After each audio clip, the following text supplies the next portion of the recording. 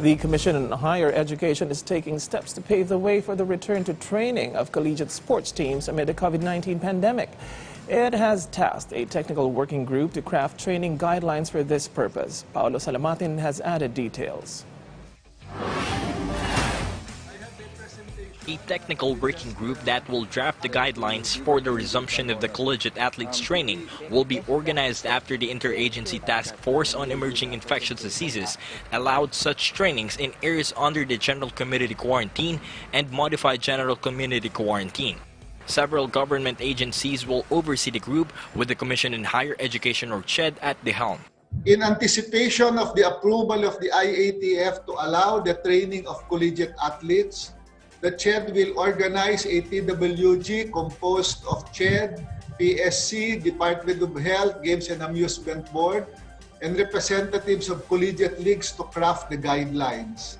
Aside from the guidelines, CHED also revealed that show-cause orders will be issued to UAAP teams University of Santo Tomas and National University to explain their sides on the alleged training bubbles before coming up with the possible penalties.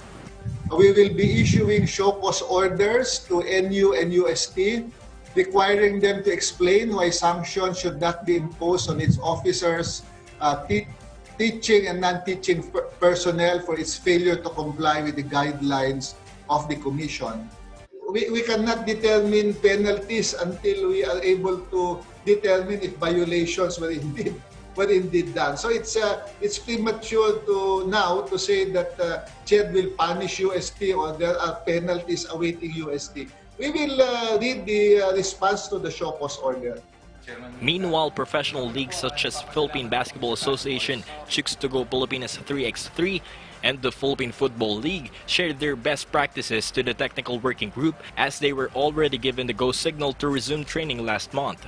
Please allow me to welcome them and do a short presentation so that it will be emulated, magaya at maging inspirasyon sa mga non-professional sports. The group will work on the said draft for 2 to 3 weeks after fully establishing the structure of working group. Paolo Salamatin for The Nation.